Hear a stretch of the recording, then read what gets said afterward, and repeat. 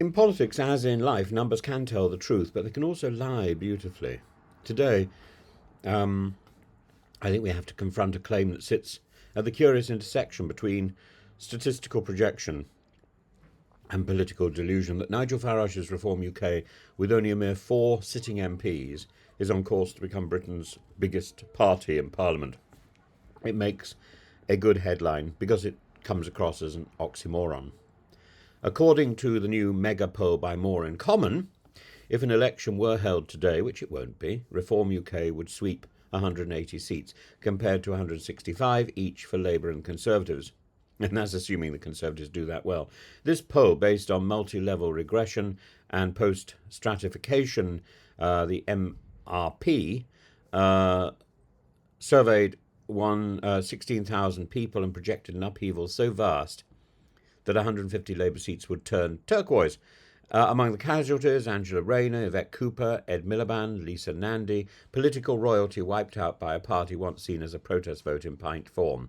These are not backbenchers from marginal seats, these are cabinet ministers, and yet, despite these headline figures, Reform would still fall neatly into a position where it has 150 seats short of a majority.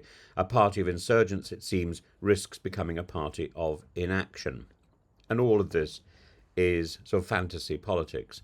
Let's not confuse modelling, therefore, with prophecy. The MRP technique, while respected, assumes voter intentions remain static until polling day, a patently fragile premise in a country where the Prime Minister could be cheered on Monday and booed on Thursday.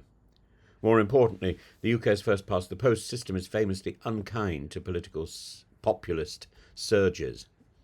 In 2024, in that general election, Reform polled more votes than the Lib Dems, but came away with fewer than 1/10 of their seats. The key problem? Geography. Support was too broad, not deep, not concentrated enough to translate popularity into power.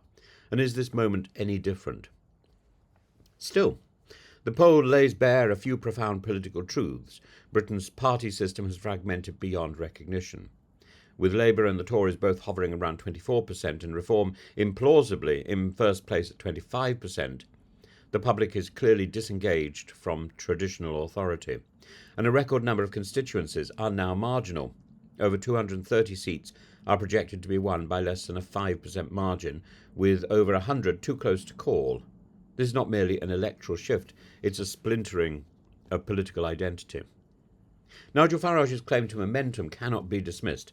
Reform is capitalising on a perfect storm: Labour's equivocation on Gaza, the Conservatives' exhaustion, and a cost of living crisis that leaves voters hunting for scapegoats.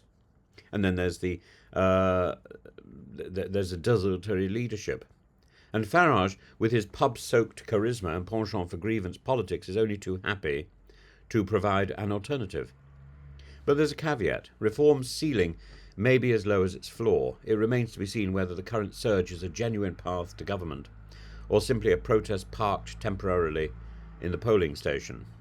Will voters really back Reform when they are asked to consider not merely what they're voting against, but what they're voting for?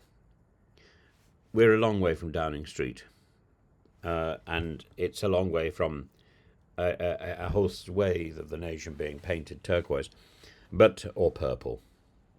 But so purple prose aside, I think this is castles in the sky. But Reform's UK rise, however transient, tells us something essential.